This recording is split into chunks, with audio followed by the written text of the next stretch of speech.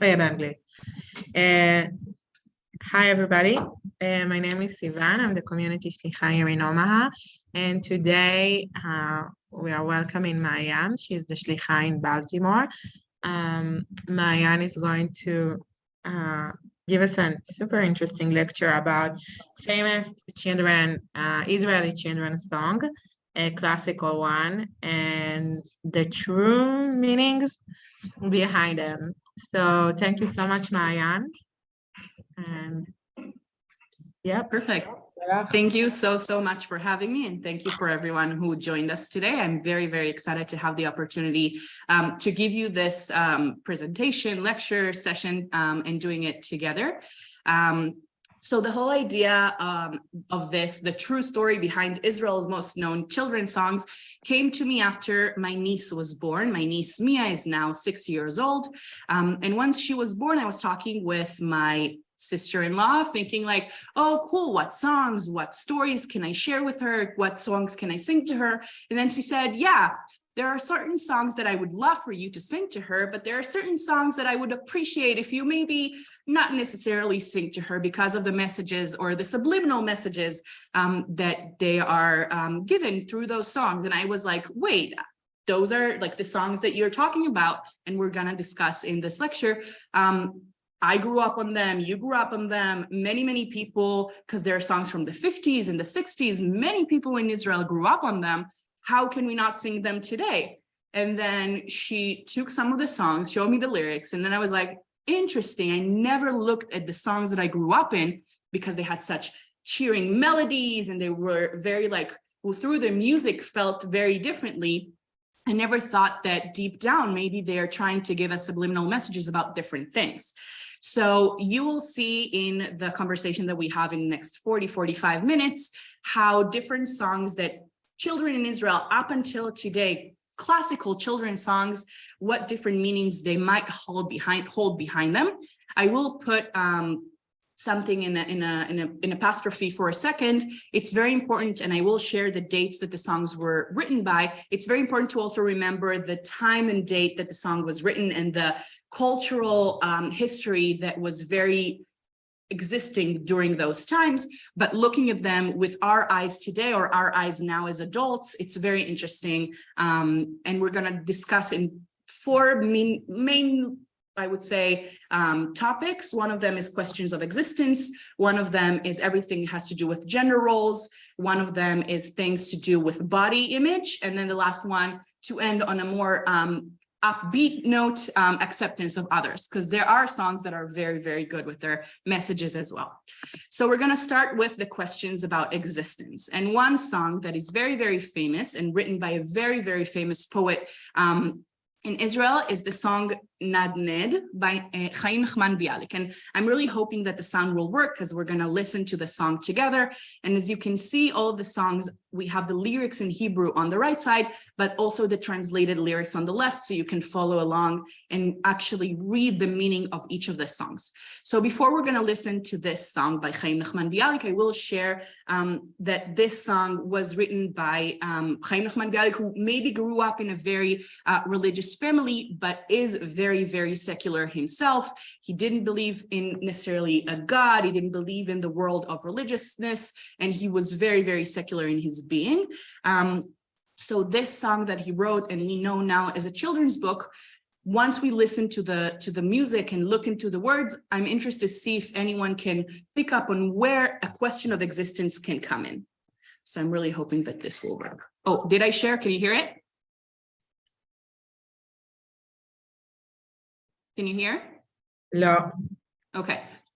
So I think that I forgot to, wait, let me do this. Share with things. So let me share the screen with the sound this time. I'm very sorry. Let's try again. Okay. Let's see if this time. Good.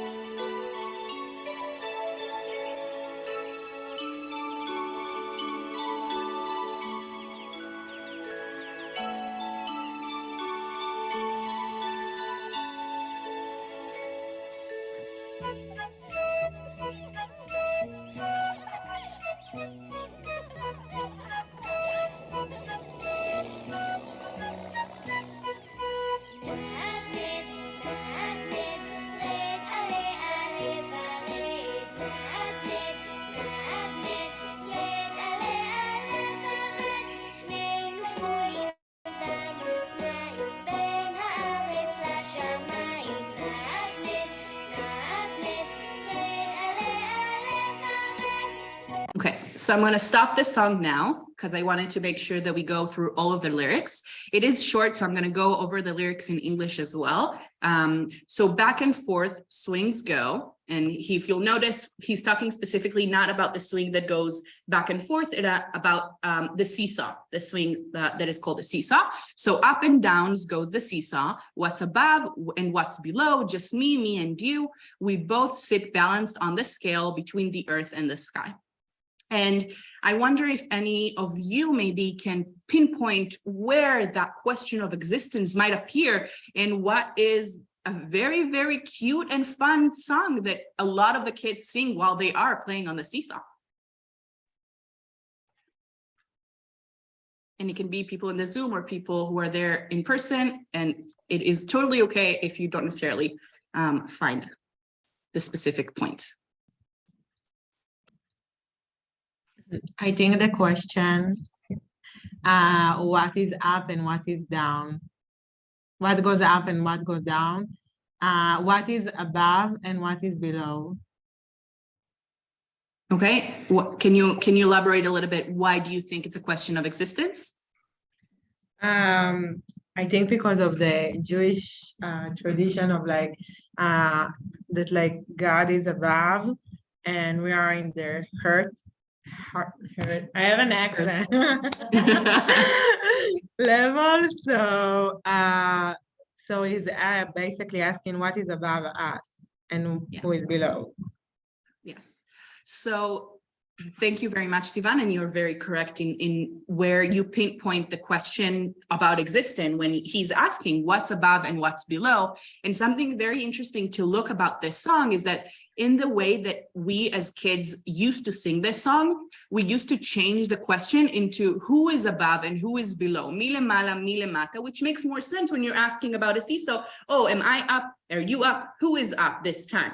But the real way that Chaim נחman Bialik wrote this song was with the question, what is up and what is above and what is below? Male mala, male mata. And then he also gives an answer, just me and you. So if we're looking, and I will go for a second to the next page, sorry.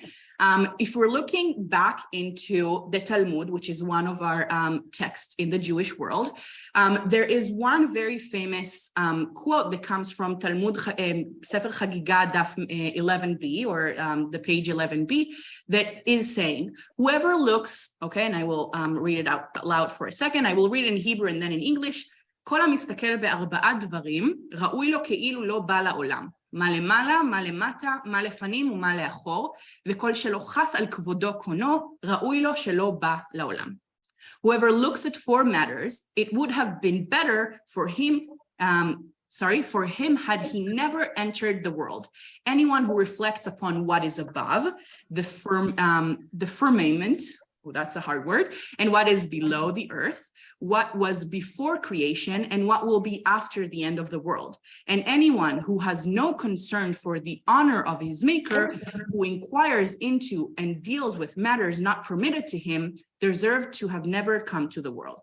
So if we're going back to this very, very, some would say, naive children's song, and then look at that in comparison to that quote from the Talmud, Bialik is basically doing something that is told not to do. He's asking the question, what is above and what is below? What is beyond us? Is there a God in a way? Is there a heaven? Is there a hell? What is below us? It's a very, very hard question to ask that many people choose not to even ask because it's not permitted.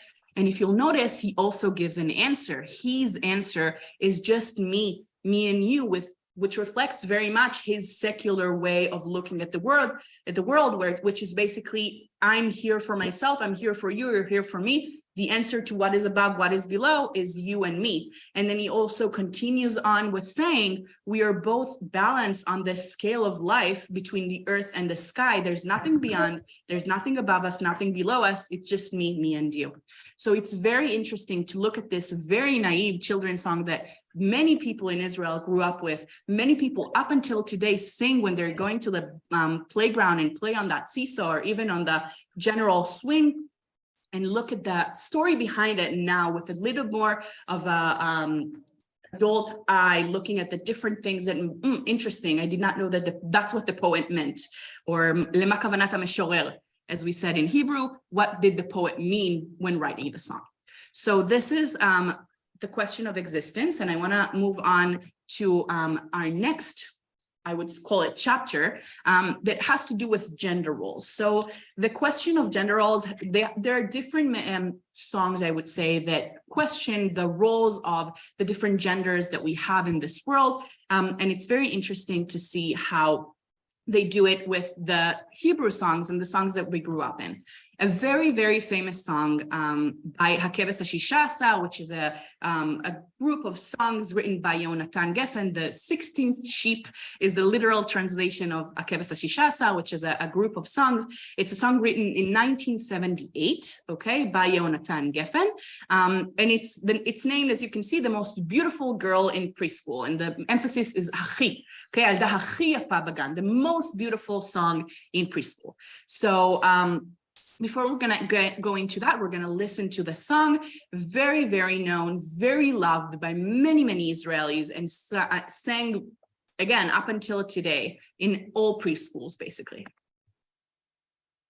Oh, Yaldut Israeli. Right. And before I'm going to go into that, you'll notice that every clip that I used is taken from this channel, Hope, which is the channel for babies or very, very young kids, and the way that they promote their channel or their basically their platform is that it's Hope Israeli Childhood. This is your childhood. They're giving you that message of like, these are the songs of our childhood, okay?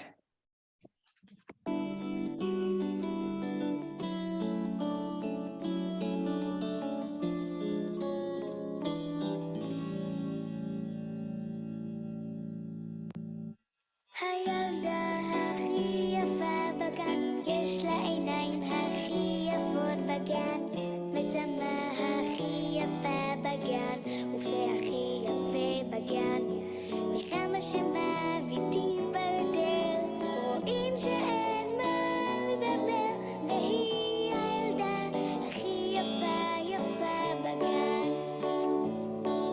כשהיא מחייכת גם אני מחייכת, וכשהיא עצובה אני לא מבינה איך אפשר להיות עצובה, כשאת הילדה הכי יפה בגן.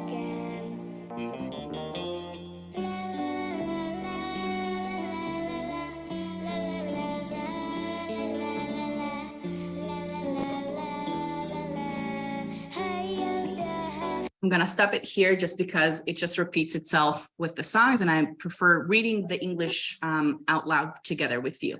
So The Most Beautiful Girl in Preschool, again by Yonatan Geffen, written in 1978. The most beautiful girl in preschool. She has the most beautiful eyes in preschool, and the most beautiful braid in preschool, and the most beautiful mouth in preschool. And the more we look at her, you see there is no comparison, because she's the most beautiful girl in preschool. When she smiles, I smile. And when she's sad, I don't understand. How can you be sad when you are the most beautiful girl in preschool? Now, looking at the lyrics, after we listen to the melody and how nice it is, we are looking into that, and then we're asking ourselves, or at least I was asking myself, what is the message that we're trying to give that girl when she might be the most beautiful girl in preschool, but is that the epiphany of who she wants to be, the most beautiful girl in the preschool? Is that where she hopes to be all of her life, is being beautiful enough to do everything, and there's no other way that you can be sad or feel any other emotion other than happy if you're not the most, because you're the most beautiful girl in preschool? So it's a very interesting way of looking at this song and being like, when she's sad, I don't understand. How can you be sad? Why can't she be sad? The fact that she's beautiful does not mean that she can't have any other emotion but happiness. It also gives us a question of comparison, because he's saying, you see, there is no comparison. Why at that age do I even need to compare myself to someone else? Because if we are trying to teach our kids to love themselves, at the end of the day, we teach them to find their own beauty and their own beautiful, I would say, talent, or any other way, that it doesn't necessarily falls only on the outside characteristic or physical characteristics. Another very interesting thing to say is that as I shared, this song is one of the group of songs called the Keves HaShishasar, the 16th sheep, that really dives into the world of a kid. Hayalda הכי יפה בגן, out of the 13, I think there's 13 songs in that group of songs, is the only song written from the perspective of a girl. All other songs are written from the perspective of a boy, and all of them are talking about when I'll be big, what do I love to do? Hey, I'm not a baby anymore. Whoever looks me from behind doesn't know who I am. A lot of songs that are very much about empowerment. And then the only song written about a girl or from the perspective of a girl focuses on the physical characteristics and her role in being the most beautiful girl in the preschool, and basically saying that the whole internal world of a girl is to be beautiful and be happy about it. And it basically summarizes in her physical characteristics. So this is the song Hayalda הכי יפה בגן, which tells you a lot about the gender roles of a girl through that song. But let's look into the world of the boys for a second, because we did talk about the girls. Let's talk about the boys for a second. So the next song that I'm gonna introduce to you is called Dani Gibor, or Dani Hero, the hero Dani, written by Miriam Yalan Sheklis. Yes, a very hard, and I allow myself to say it with my last name, very hard last name to pronounce. And it's a song written in 1943, okay? So again, let's take into consideration the year that it was written in, 1943. But again, we're gonna listen to the song, and then we're gonna go over the lyrics for a second and talk a little bit about the gender roles that we might learn, subliminal messages from this song. And again, very famous Israeli song that is sang up until today and got different versions throughout the years.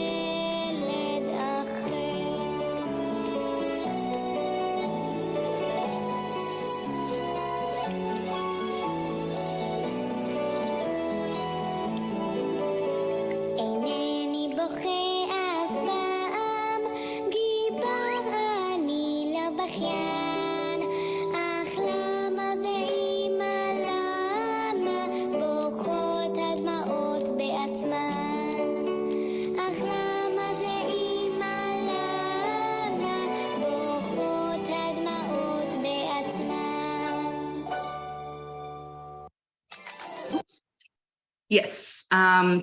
So let's read for a second the English together. So Mom told me, Dani, my child is an intelligent hero. My child will never cry like a little gullible boy.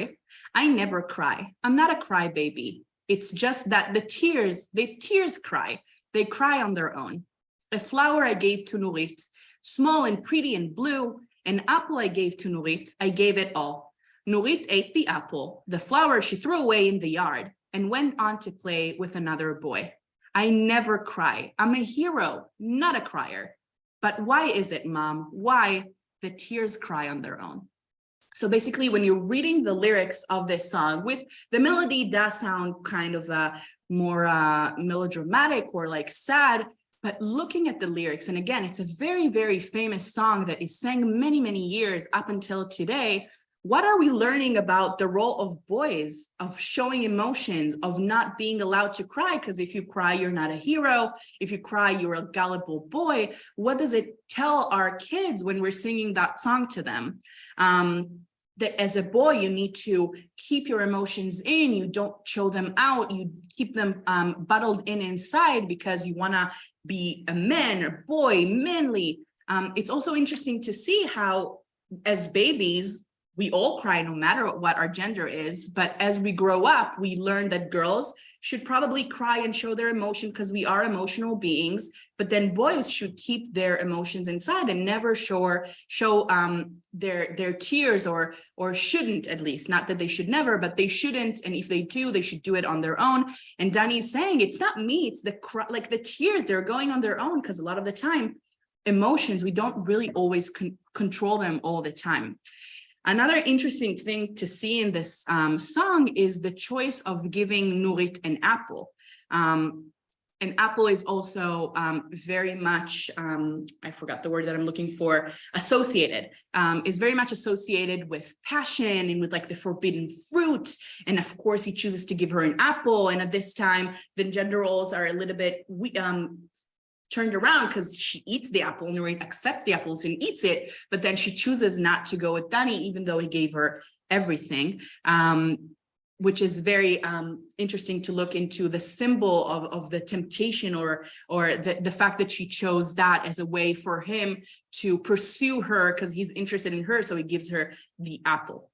And then that's about Danny Gibor, which is a very interesting way of seeing the role of the boys. So we looked at, with Hayalda Chi Yafa Bagan, the most beautiful girl in preschool, the role of little girls. Through Danny Hero, we're learning about the roles, the gender role of little boys. With the next song, which is the song that through it, I learned about the subliminal messages that we sometimes learn when I talked with my sister-in-law. We learn about the gender roles of mom and dad, which is very interesting. And the next song is called Pilpilon, or Little Elephant. It's a song that was written in 1953 by Mordechai Zaira. And I will say, and we're going to get to that, that the specific verse that we're going to discuss was changed with the years, but the original verse, interesting, might be problematic. So let's listen to the song. Oh, ילדות ישראלית.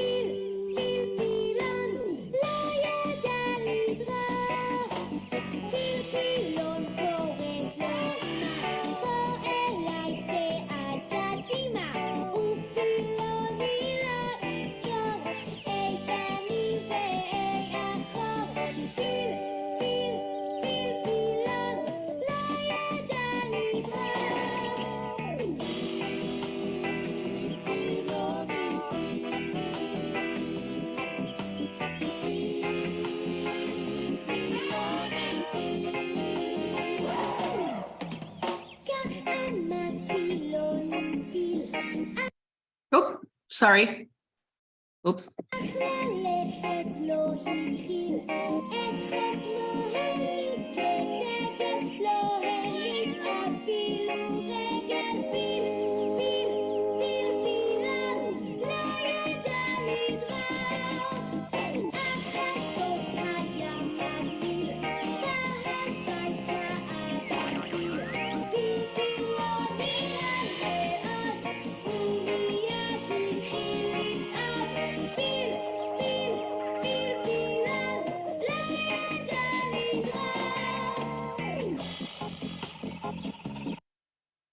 Okay, looking at this song, the beginning looks great. Okay, let's go over the lyrics really fast, and then we're going to discuss. And I will give you the answer right off the bat, mainly about the last verse. Little elephant, his nose is long, doesn't know how to make a step. He was just born yesterday, and he is not used to walking. Little elephant does not know how to walk. Little elephant calls his mom, come to me, step forward. But the little elephant can't remember what's front and what's back. Little elephant doesn't know how to walk. Now he stands, the little elephant, but still he didn't start to walk. He waved his trunk like a flag, but didn't move his legs at all. Little elephant doesn't know how to walk. But the end was very frightening. Father elephant came back home. The little elephant was very scared and immediately started walking. Little elephant now knows how to walk. So when we're looking at the gender roles of the mother and the father in this song, we're looking at the mother as a very compassionate, very loving, oh, come to me, you can do this. But then when you're looking at the role of the father in this song, once he comes home, the end was frightening, it was scary. The elephant was basically scared of his dad and how his dad will react to the fact that he's failing to walk.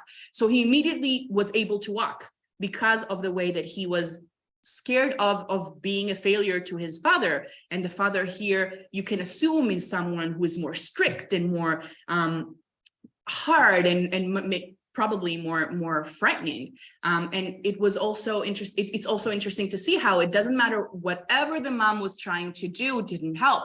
It's only the dad coming into the picture where the elephant was actually doing this and being able to walk. Was it because the mother wasn't as assertive as they're trying to say that the dad is in the gender role in the family, because the mom is more compassionate while the father is more assertive?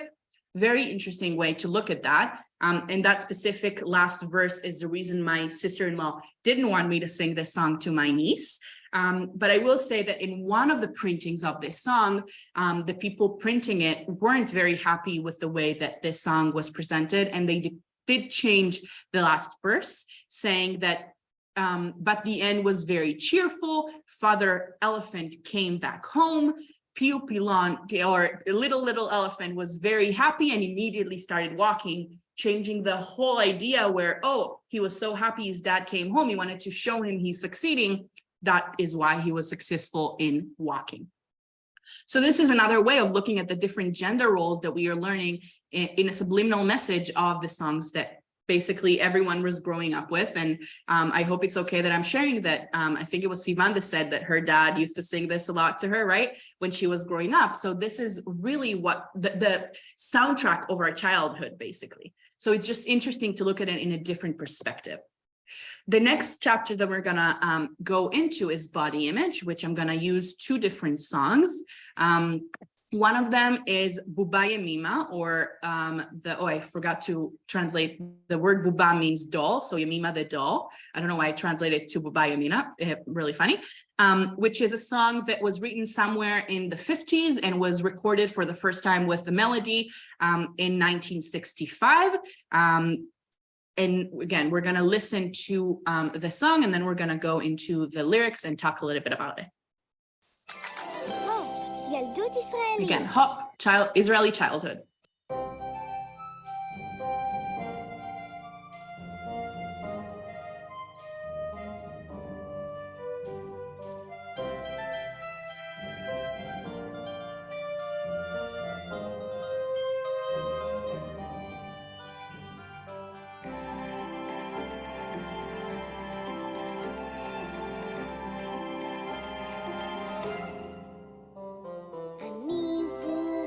שמי ימימה, פרועה אני שנת ימימה, כולם אומרים לי שאני יפה, רק רגלי הן עקומות נורא, וכשיצאנו לטיול, לפרדס וגם ללול, כולם אמרו ימימה כה יפה, רק רגליה עקומות נורא.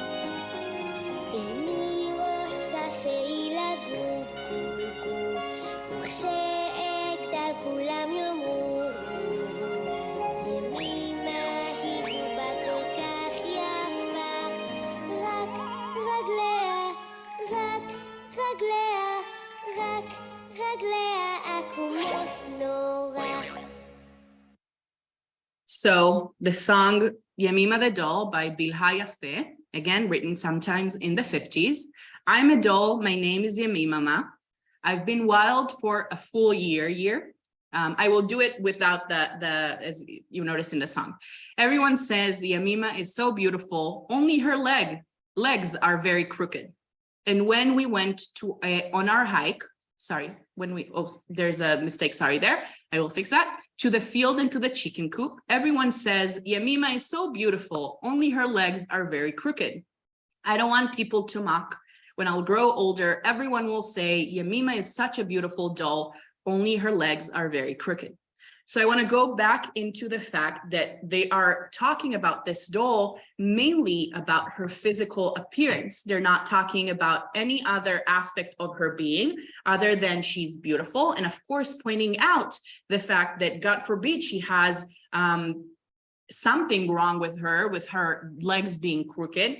And then it's very interesting to see the basically negative body image that we are giving the doll in this song, or anyone listening to the song saying, if I'm not conventionally beautiful, if I'm not conventionally normal, does that mean that people will mock me? Does that mean people will say, oh, she's beautiful, but her legs are this, but this and this and this?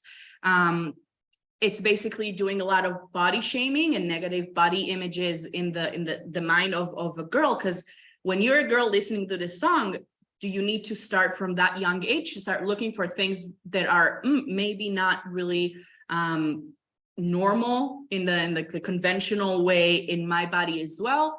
And personally being more of like a full-figured woman myself, the amount of times I've been told, oh, you're so beautiful, just lose a few pounds. That's kind of on the same scale of being like, let's look at what is not good. Let's look at what's wrong with you when it comes to your body, and then say, oh, you're so beautiful. But so I want to connect it again to what we talked about earlier with the fact that she is much more than the way she looks, but also in this specific song about her body image. She might be beautiful, but look at her legs. And what is the subliminal message that we're trying to do through this song? Another song that we're going to discuss as well is Adon Chardon, Mr. Lizard, written by Lea Naor. This song was written in 1966, okay? And it's part of the song collection called Zra'im Shel Mastik, or Seeds of Gum, which is basically a collection of songs written in the years of the kibbutz, in Kibbutz Bet Alpha, for the end of the year recital. This is why she wrote this song. Lea Naor is part of many other songs as well. But let's listen to the song and look at the different body image issues that might also appear in this song. ילדות ישראלית.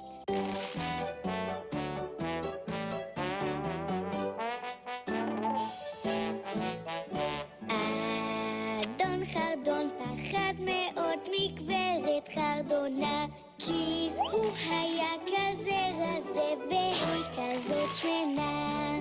אז הוא ברח לפתע נעצר, למר חרדון המפוזר קרה דבר מוזר. הוא שכח מאין בא ולאן הלך. הוא שכח מאין בא ולאן הלך. אדון חרדון רצה לחזור לגברת חרדונה, כי הוא שכח שהוא רזה והיא כזאת שמנה. מיד פנה לאחוריו לפתע נעצר, אדון חרדון המפוזר שכח איפה הוא גר. הוא שכח מאין בא ולאן הלך. הוא שכח מאין בא ולאן הלך. Again, I'm going to stop it here because we're going to focus on these specific verses. It's a very long song and it goes on, but I want to go over the lyrics again. And I want to remind you, again, the year was written was 1966 to mainly the world of the kibbutz, and it's not as known in everywhere in Israel. It's mainly known in the world of the kibbutzim. That is also something that it's important for me to say, but it is very known as a children's song as well. So Mr. Lizard was very afraid of Mrs. Lizard because he was so skinny and she was so fat. So he ran, and suddenly he stopped. To scattered Mr. Lizard, something weird was going on. He forgot where he came from and where he went. Mr. Lizard wanted to go back to Mrs. Lizard because he forgot that he was skinny, that he is skinny and she is so fat. Right then and there, he turned around, but suddenly he stopped. Scattered Mr. Lizard forgot where he lived. He forgot where he came from and where he went. So it's important to see that first of all, it's very out there saying he is thin, she is fat. The whole idea of the body image, it's not that he's running away from her because he's scared of her, because their marriage is not going well, because they're fighting a lot. He runs away from her because she's fat, which is a very problematic body image issue that is brought up in a children's song. As you heard the melody, it's very fun, it's very addictive. Like you can go, like you can go all day, every day. So I myself did not grow up with this song. And the reason that I wanted to add this song is because a conversation I had a few days ago when I shared about this presentation to a friend of mine who is also a shlicha here in Baltimore. And she shared with me about the fact that, oh, why aren't you talking about this song, Mr. Lizard? And I was like, oh, I don't know this song. And then she shared with me the lyrics and said, yeah, when I was growing up, I was a more full-bodied female and my boyfriend was very thin, and the kids at school, they used to sing that song to us all the time. And nowadays I can't even listen to this song. So it basically became kind of an ammunition for bullies to use to other people. It can be the other way around with like full-figured men with like skinnier girls or any other way. It's just interesting to see that this is a children's song that we all sing and enjoy listening to without sometimes looking into the lyrics and the subliminal message that might come through.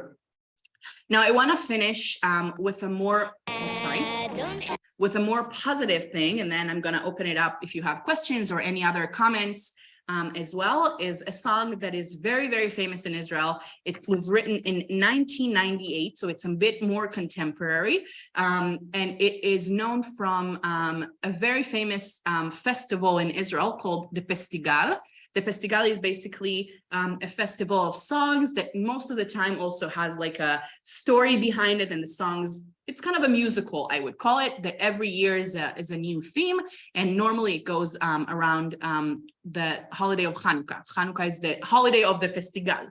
And the name of this, and the name of this song is Friends of Many Colors, Chaverim B'chol Minei Tzvaim. Now, I will say again, when it comes to this song, in the PC world that we're living in today, especially here in the United States, this song might not have been accepted with some of the lyrics that are used here. But in 1998 in Israel, with the message that the song was trying to give, it was very, very popular. I think it also won that year because they have like a competition every year within that festival of what is the best song. And I think that song won. And it is kind of an anthem for accepting others in Israel. So again, Chaverim B'chol Minei Tzvaim, Friends of Many Colors. Let's listen to the words, and then I'm going to talk about the lyrics. חברים בכל מיני צבעים, שרית חדד. I love this song.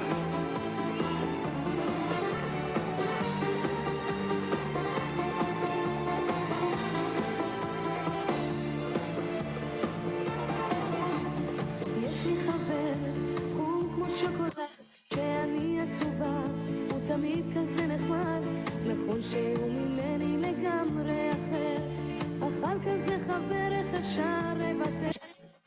יש לי חברה עם עיניים כחולות, שלה אני מספרת את כל הסודות, נכון שהיא ממני לגמרי אחרת, אבל היא חברה כזאת נהדרת.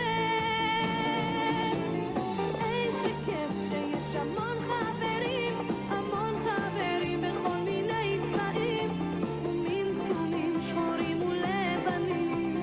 איזה כיף שיש כאלה חברים.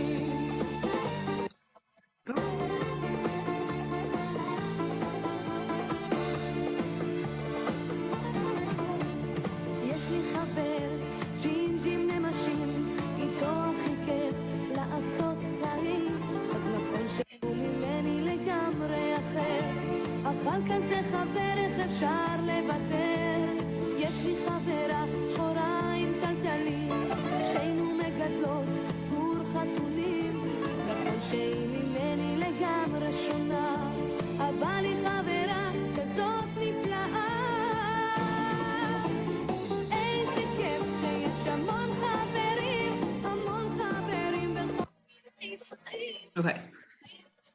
I don't know why it does that, but we went through all of the lyrics anyway. So I want to go over the lyrics, and then if you'll notice, we didn't go over the last verse, and we're going to discuss that in a second. So Friends of Many Colors, written by Hannah Goldberg. It was written specifically for Sarit Haddad for this festival.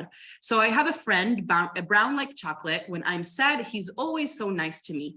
It's true that he is really different from me, but how can I give up on such a good friend? I have a friend with blue eyes to which I tell all of my secrets. It's true that she's really different from me, but she's such a wonderful friend. Oh, what fun is it to have so many friends of so many colors, brown, orange, black, and white. Oh, what fun is it to have such great friends. I have a redheaded friend with freckles, and I have so much fun with him. It's true that he's really different from me, but how can I give up on such a good friend? I have a friend with that's black with curls. We both raise, and again here, sorry for the spelling mistake, a little kitten. It's true that she's little different from me, but she is such a wonderful friend. Oh, what fun is it to have so many friends of so many colors, brown, orange, black, and white. Oh, what fun is it to have such great friends. So this song was, as I said, written by Leah Goldberg. They reached out to her, Hannah Goldberg, sorry, not Leah Goldberg, Hannah Goldberg. The creator of the festival reached out to her, telling her, oh, we want you to write this song for Sarit Haddad for the festival. And she was like, I'm not really sure what to write about. Maybe I'll write about colors. Maybe I write about the color of the skin of people. And they were like, are you crazy? You cannot do something like that. This is such a hard and complex subject to talk about. How will you write a song about this? But she insisted, and she wrote this song. And by the way, it won the second place of that festival, not the first place, but it became, again, the anthem for acceptance and the acceptance of other and basically being patient to someone who is different than you. And then in 2019, so not many years ago, after a mom named Shani, who is a mom to a boy named Eli. Eli has special needs, and he is in a wheelchair, said that he loved the song, but he couldn't find himself in this song. And they decided to add another verse to the song that reaches for the kids who are special needs, that are also might be different than me, but they're such good friends. And then they also re-recorded the song with a lot of very famous young, I would call it famous people that I wouldn't necessarily know all of them, but the kids nowadays really do know them. And it was re-recorded and was used in many, many different classes throughout that year. And then they also discussed the idea of what does it mean to be different. And they turned it basically into a whole curriculum about accepting of others. And then if you look into the last verse that was added, thanks to Eli and his mother, Shani, I have a friend on a wheelchair. Him and I are like brothers. In spite the fact he's completely different from me, how can I give up on such a good friend? Basically saying that we might be completely different. We might not go to the same school. We might not look the same. We might not think the same. We are still able to be very, very good friends. So this is where I leave the presentation. And I really hope that you enjoyed diving into the most known Israel or the soundtrack of basically my childhood, and of course Sivan's childhood, and nowadays also my niece's childhood, and look in a more I would say hard eye or an adult eye into things, and what are the messages that we are giving kids without even noticing. And then I'm also interested if you want to share, and if you do have any song that you grew up on, or any song in the American culture that you're looking at now and saying, interesting, I never thought about the message that this song is actually trying to give kids? Anyone has an example maybe? And it's okay if you don't. It takes time to really look into the songs that we grew up with and saying, oh, wait, interesting. I never look at the song like this. Yeah. Doesn't Eeny, Meeny, Miny, Mo have a racist origin to it? It does. It does. sure. And- yeah, but we still, I mean, people still use it all the time. The thing that I never let my daughters watch was The Little Mermaid. And they continue, I mean, they're coming out with a brand new one. Yeah. They continue it, and the message there is, you give up your voice, you'll get the boy. So I never really understood But it's a lot of Disney movies. why that was so popular Yeah. and continues Yes. to be popular. Yes, exactly. Thank you for sharing. Yeah, it does have Eeny, Meeny, Miny, Mo. Used to be, I'm not Yeah, gonna say it, catch a yeah. N-word by the toe, and it was for white owners to Beautiful. slaves who tried to run away. Wow. People Wow. still use Eeny, Meeny, yeah. Yeah, so it's interesting to kind of like put a stop on our life and what comes natural to us in a way, and then look into that and say, interesting, I never look at something that comes so naturally to me and I use it so much and I play it in my house, and what might be the subliminal message that comes through those songs. And it might also be in not necessarily listening to the entire thing, but if I expose someone to a specific song, that can always go nowadays on the internet where everything is there, and learn about it so much more than just the 5-minute song that I played in my car on the way somewhere because I wanted them to listen to something and not necessarily disturb me while I'm driving, for example. So unless anyone has anything else to share, I really want to thank you. And I'm going to pass it on to Sivan in a second. Just really thank you for listening. And I really hope that it opened up a new way of looking at Israeli childhood, that the songs that we grew up in, and another way of looking at Israel in a general, and then through the story of Israel, looking at your own personal story through what you grew up with, what are the messages that we as adults are trying to give our kids nowadays. And then of course, things that never mind. So just really thank you. And I really appreciate the opportunity of giving you this lecture. Mayan. Wow. Mayan, thank you so much. It was super interesting. Thank you for giving me the opportunity. No, toda raba. Perfect. I will leave you to it. Have a great day. Bye. Thank you, everybody. Thank you.